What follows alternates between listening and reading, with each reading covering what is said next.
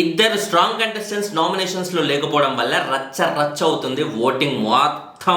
ఇద్దరు strong contestants ఎవరు? విష్ణుప్రియ నామినేషన్స్లో లేదు, అండ్ నిఖిల్ కూడా నామినేషన్స్లో లేడు. వీళ్ళిద్దరికి ఉండే ఓటింగ్ రచ్చ రచ్చ అయ్యే రేంజ్ ఓటింగ్ అనమాట.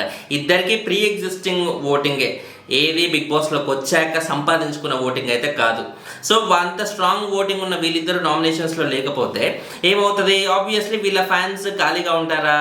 ఇప్పుడు వీళ్ళ కంటెస్టెంట్స్ ఎవరెవరైతే హౌస్లో క్లోజ్గా ఉన్నారో, ఎవరి బాండింగ్ అయితే బాగుందో, లేకపోతే ఉన్న వాళ్ళలో నామినేషన్స్లో ఉన్న వాళ్ళలో ఎవరు వెళ్ళిపోతే వీళ్ళ కంటెస్టెంట్ సేవ్ అనుకుంటారో అలాంటి వాళ్ళందరినీ వీళ్ళందరూ ఓట్లు వేస్తున్నట్టుగా అయితే మనకి తెలుస్తుంది అన్నమాట. ముందుగా చూసుకుంటే నిఖిల్ వల్ల చాలా బాగా, నిఖిల్ ఎవరి వల్ల బాగా డిస్టర్బ్ అవుతున్నారు, ఈ కంటెస్టెంట్ లేకపోతే నిఖిల్ అసలు దద్దరిల్లిపోతుంది గేమ్ అన్నట్టుగా ఎవరి వల్ల అనిపిస్తుంది? డౌట్ లేకుండా సోనియా పేరే గుర్తొస్తుంది. సోనియా చేతిలో తను నిఖిల్ ప్రస్తుతానికి చిక్కుకున్నాడు. ఆ సోనియా అనే మనిషి ఈ వారం లేకపోతే డౌట్ లేకుండా నిఖిల్ నెక్స్ట్ వీక్ నుంచి అదిరిపోతుంది game. He'll be back into form. Season స్టార్టింగ్లో 3-4 డేస్ నిఖిల్ ఎలాగైతే ఉన్నాడో మళ్ళీ ఆ బ్యాక్ టు ఫామ్ అన్నట్టుగా ఖచ్చితంగా వచ్చే ఛాన్స్ 1000% ఉన్నాయి. కాబట్టి ఇప్పుడు Nikhil fans primary target Sonia అయిపోయింది అనమాట.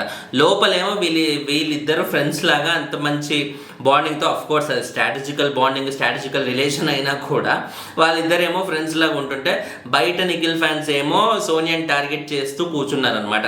సో అదొక దెబ్బ సోనియాకి. అయితే ఇంకో దెబ్బ ఏంటి? అటు విష్ణుప్రియకి ఎంత పెద్ద రచ్చ అయింది. వీళ్ళిద్దరి మధ్య ఎప్పుడు ఉండే డిస్టర్బెన్స్ ఏంటి? నిఖిల్తో సోనియా క్లోజ్ అవుతుంది, వీళ్ళ బాండింగ్ అనేది డామినేటింగ్గా ఉంది. ఈ డామినెన్స్ అనేది విష్ణుప్రియ మీద పడి, లేకపోతే మిగతా వాళ్ళ ఫ్రెండ్స్ మీద, సీత లాంటి వాళ్ళ మీద పడి ఆమె చాలా నలిగిపోతుంది. కాబట్టి అండ్ సోనియా అండ్ విష్ణు మధ్య ఎప్పుడూ పడట్లేదు. సో ఈ టైంలో కూడా విష్ణుప్రియ ఎలాగో నామినేషన్స్లో లేదు కాబట్టి వాళ్ళ ఫ్యాన్స్ ఏం చేస్తారు? ఆబ్వియస్లీ సోనియాని టార్గెట్ చేయడం మొదలు పెట్టారు. సోనియాని ఎలా టార్గెట్ చేస్తారా అంటే సింపుల్గా డేంజర్ జోన్లో ఉన్న మిగతా కంటెస్టెంట్స్ ఎవరైతే ఉన్నారో వాళ్ళకు ఓట్లు వేస్తే సరిపోదంటారు. సో ఇప్పుడు నిఖిల్ ఫ్యాన్స్ సోనియాని టార్గెట్ చేస్తూ ఆదిత్యకు ఓట్లు వేస్తున్నారు, అండ్ విష్ణుప్రియ ఫ్యాన్స్ కూడా సోనియాని టార్గెట్ చేస్తూ డేంజర్ జోన్లో ఉన్న మిగతా కంటెస్టెంట్స్ని లైక్ ఆదిత్య గారు అండ్ పృథ్వీకి కూడా ఓట్లు వేయడం మొదలు పెట్టడం వల్ల అటు ఆదిత్య గారు ఫెంటాస్టిక్ ఓటింగ్ పర్సంటేజ్తో ఉన్నారనమాట. ఏంట్రా ఈ ఓటింగ్? లాస్ట్ వీక్ ఆదిత్య గారికి ఉన్న ఓటింగ్ ఏది, ఇప్పుడు ఓటింగ్ ఉన్నది అసలు సంబంధం లేదేంట్రా అన్నట్టుగా అయితే ఆయన షాక్ అయ్యే రేంజ్ ఓటింగ్ వస్తుంది. నో డౌట్ ఆయన రియల్ లైఫ్లో చాలా సోషల్ సర్వీస్ యాక్టివిటీస్ చేశారు. ఆయన ఇన్స్టాగ్రామ్లో ఆయనని బాగానే ప్రమోట్ చేస్తున్నారు. ఆ యాక్టివిటీస్ వల్ల సోషల్ వెల్ఫేర్ యాక్టివిటీస్ ద్వారానే ఎంతో కొంత ఓటింగ్ వస్తుంది అనే ఉద్దేశంతో వాళ్ళందరూ హోప్తో ఉన్నారు. కానీ దానికంటే కూడా ఇప్పుడు Nikhil and Vishnupriya fans target చేసి ఆదిత్య గారిని ఎట్లాగైనా పైకి తీసుకొస్తేనే సోనియా బయటికి వెళ్ళిపోతుంది అనే ఈ టార్గెటింగ్ ఓటింగ్ ద్వారానే ఆదిత్య గారికి చాలా ఫెంటాస్టిక్ ఓటింగ్ రేంజ్ వస్తుంది అనమాట. ఎంత ఓటింగ్ రేంజ్ అంటే షాక్ అయ్యే రేంజ్. అసలు మార్నింగ్ ఇప్పుడు సంబంధమే లేదు. మార్నింగ్ నో డౌట్ ఆదిత్య గారు మంచి పొజిషన్లోనే ఉన్నారు. ఇప్పుడు ఏంటంటే దాదాపు ఇంకా వీళ్ళకి మణికంఠకి, ప్రేరణకి ఈక్వల్ రేంజ్ ఓటింగ్ వచ్చేసింది అనమాట. ఏంట్రా మణికంఠ ఓటింగ్ ఏంటి? ఇప్పుడు సడన్గా వచ్చిన ఈ వారంలో ఉన్న ప్రేరణ ఓటింగ్ ఏంటి? ఇప్పుడు వీళ్ళిద్దరితో పోటీగా ఆదిత్య గారు రావడం ఏంటి అంటే అది జరుగుతుంది. మరి ఏం చేయమంటారు? నిఖిల్ లాంటి ఫుల్ ఫాలోయింగ్ ఉన్న ఓటింగ్, విష్ణుప్రియ లాంటి ఫుల్ ఫాలోయింగ్ ఉన్న మరొకరు ఓటింగ్, వీళ్ళిద్దరి ఫ్యాన్స్ ఓటింగ్ కలిస్తే ఆ మాత్రం రాదో చెప్పండి. సో ప్రస్తుతానికి చూసుకుంటే ఆదిత్యకి 15%, 15 to 17 రేంజ్లో మెజారిటీ పోల్స్లో అయితే ఉందన్నమాట. సో 15%గా మనం తీసుకుంటే తను 4th పొజిషన్లో ఇంకా కంటిన్యూ అవుతున్నాడు కంపారిటివ్లీ.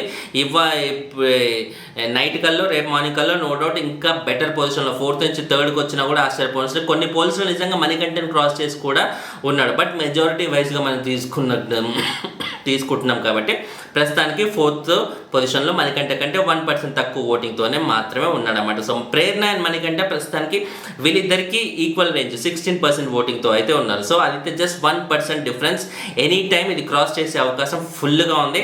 అసలు ఈ వీక్ ఆదిత్య గారు ఎలిమినేట్ అయ్యే సమస్య లేదన్నట్టుగా ఓటింగ్ ఆ రేంజ్లో దద్దరిల్లిపోతుంది.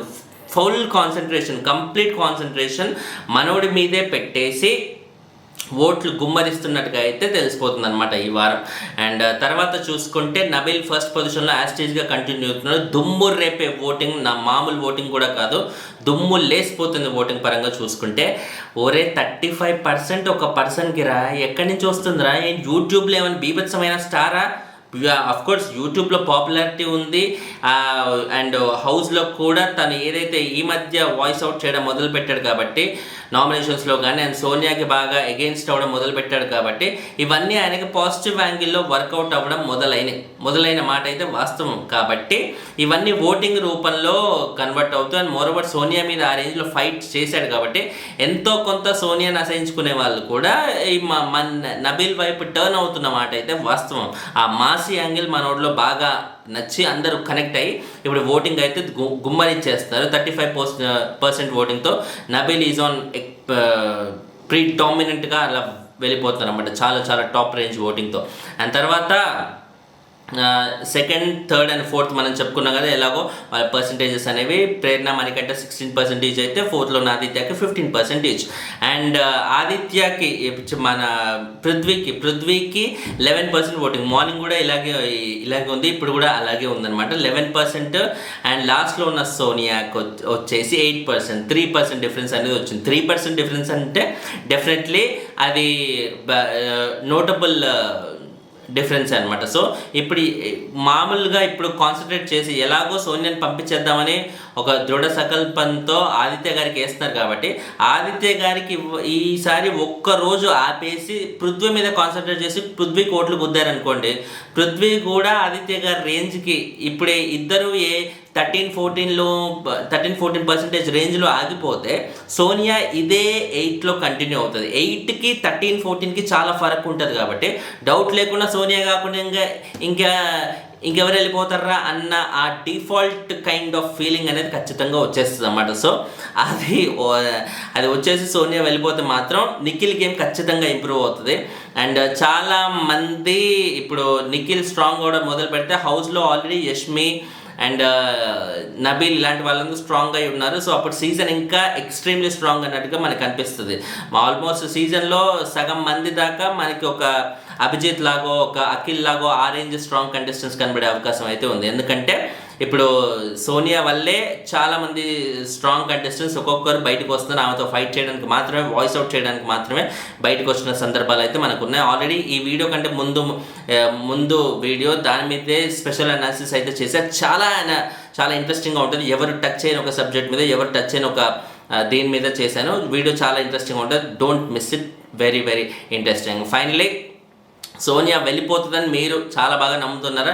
వెళ్ళిపోతే మటుకు నిఖిల్ది కాకుండా ఇంకెవరి గేమ్ ఇంప్రూవ్ అవుతుందని మీరు ఇంకా బాగా ఫీల్ అవుతున్నారు? కింద కమెంట్ అయితే చేసి చెప్పండి. ఛానల్ని సబ్స్క్రైబ్ చేయండి. లైకులు కొడుతుంటే వీడియోలు ఎక్కువ మంది కనిపిస్తాయి. దయచేసి ప్లీజ్ డూ లైక్. బాయ్.